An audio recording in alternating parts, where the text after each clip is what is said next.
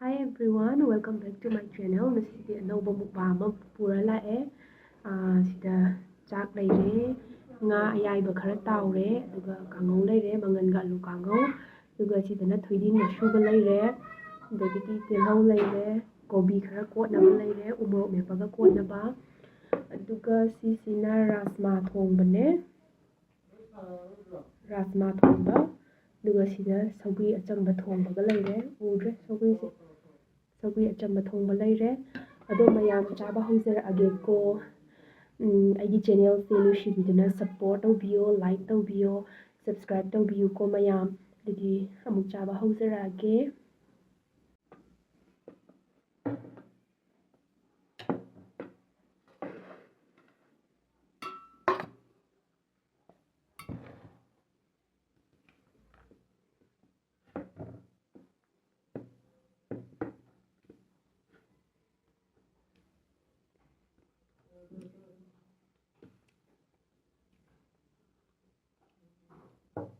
ꯔꯥꯖꯃꯥ ꯊꯣꯡꯕꯁꯦ ꯇꯣꯠꯆꯔꯛꯀꯦ ꯍꯥꯟꯅ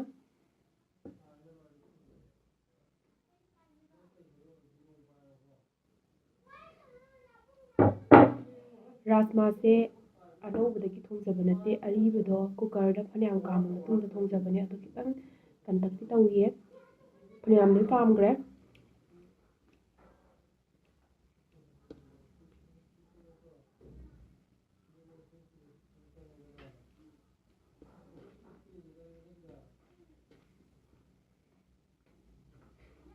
ꯑꯗꯨꯗꯤ ꯃꯌꯥꯝ ꯑꯍꯥꯟꯕ ꯆꯥꯛꯈꯨꯝ ꯎꯠꯆꯔꯒꯦꯀꯣ ꯐꯥꯔꯁ ꯕꯥꯏꯠ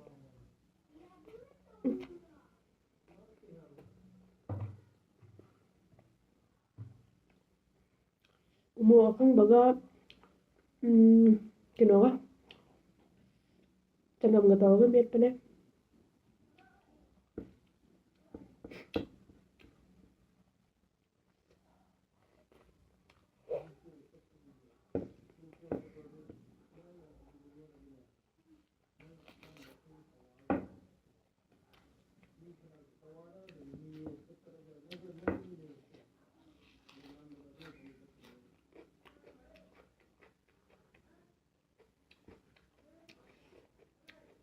ꯉꯥ ꯑꯌꯥꯏꯕ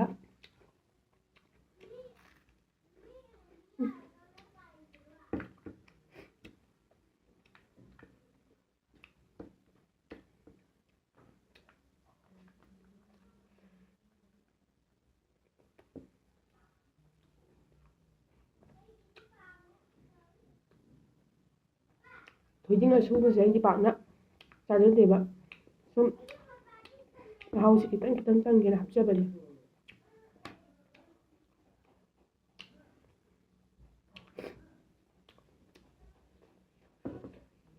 ꯁꯧꯒ꯭ꯔꯤ ꯊꯣꯡꯕꯁꯦ ꯑꯃꯨꯛ ꯍꯩꯒꯦ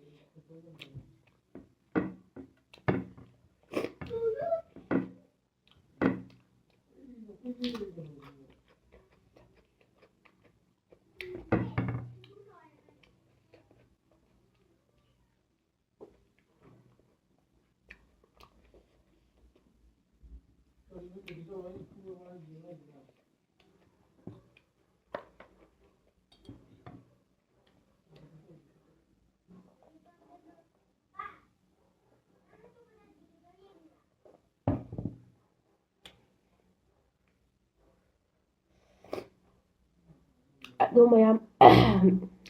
ꯌꯥꯝ ꯁꯥꯊꯤꯅ ꯍꯥꯎꯈ꯭ꯔꯦ ꯔꯥꯖꯃꯥꯁꯦ ꯈꯤꯇꯪꯈꯛ ꯅꯦꯝꯃꯦ ꯑꯩꯗꯤ ꯍꯤꯟꯖꯥꯡꯅ ꯅꯝꯅ ꯆꯥꯕꯁꯦ ꯍꯩꯖꯗꯕꯅꯦ ꯑꯗꯣ ꯚꯤꯗꯤꯑꯣꯗ ꯑꯣꯏꯔꯕꯒꯤ ꯆꯥꯔꯕꯅꯦ ꯑꯗꯣ ꯁꯧꯒ꯭ꯔꯤ ꯊꯣꯡꯕꯁꯦ ꯑꯃꯨꯛꯇꯪ ꯇꯣꯠꯇ꯭ꯔꯦ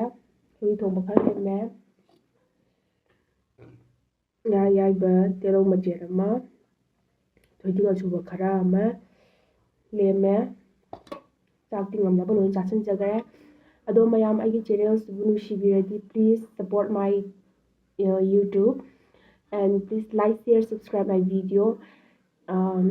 ꯑꯩ ꯏꯝꯄ꯭ꯔꯨꯚ ꯇꯧꯅꯕ ꯑꯗꯨꯝ ꯍꯣꯠꯅꯖꯔꯛꯀꯦꯀꯣ ꯇꯞꯅ ꯇꯞꯅ ꯍꯧꯖꯤꯛꯇꯤ ꯅꯧꯔꯤꯕꯅꯤ나 ꯀꯥ ꯍꯦꯟꯅꯁꯨ ꯍꯩꯖꯗꯕꯒꯤ ꯇꯧꯖꯕꯅꯦ ꯑꯗꯣ ꯃꯌꯥꯝꯅ ꯚꯤꯗꯤꯑꯣꯁꯦ ꯌꯦꯡꯕꯤꯕ ꯃꯇꯝꯗ ꯁꯞꯁꯀ꯭ꯔꯥꯏꯕ ꯑꯃꯃꯝꯇꯪ ꯅꯝꯕꯤꯔꯝꯃꯣ ꯂꯥꯏꯛ ꯑꯃꯃꯝꯇꯪ ꯅꯝꯕꯤꯔꯝꯃꯣ ꯃꯌꯥꯝ ꯑꯗꯨꯗꯤ ꯃꯌꯥꯝ ꯑꯃꯨꯛ ꯀꯥꯏꯅꯅꯕ ꯌꯥꯊꯪ ꯅꯤꯖꯔꯤ see you in my next video and bye